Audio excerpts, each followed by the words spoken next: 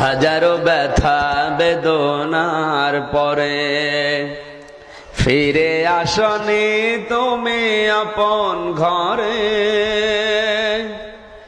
দিনের আলো তুমি ছড়িয়ে দিতে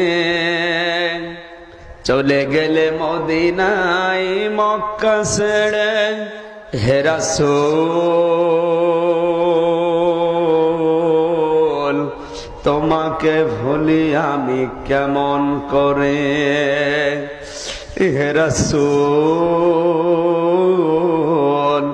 তোমাকে ভুলি আমি কেমন করে।